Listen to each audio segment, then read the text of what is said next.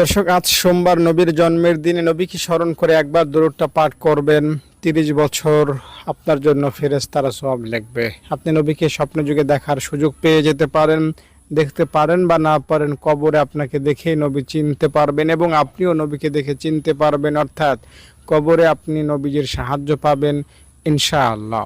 দর্শক, মনে রাখবেন আজকের দিনে নবীজি জন্মগ্রহণ করেছিলেন এবং আজকের দিনে নবীজি রোজা রাখতেন এবং এই দিনটিতেই নবীজি দুনিয়া থেকে বিদায় নিয়েছেন। তার মানে এই দিনটার সাথে অনেক কিছু লুকিয়ে আছে।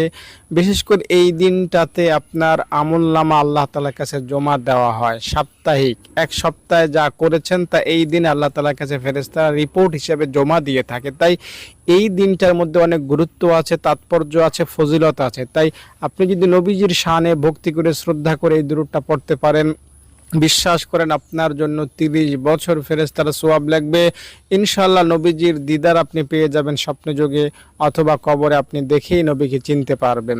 দর্শক, দুরূদটা এখনই আমি বলবো, তার আগে অনুরোধ করব আমার এই ভিডিওটিতে একটা লাইক করবেন, কমেন্টে আমিন লিখবেন। দুরূদটা হলো জাযাল্লাহু আন্না মুহাম্মাদান মা হুয়া আহলুহু।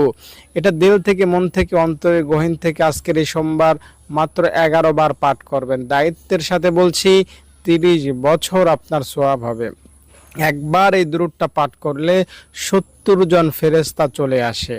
30 বার এই দোয়াটা পাঠ করবেন, তাহলে বুঝতেই পারছেন কত ফেরেশতা চলে আসবে এবং আপনার জন্য কত সওয়াব লেখা হবে। আপনি 11 বার এই দুরূদটা আজকের এই সোমবার দিনে পাঠ করবেন দিল থেকে, অন্তরের গহীন থেকে।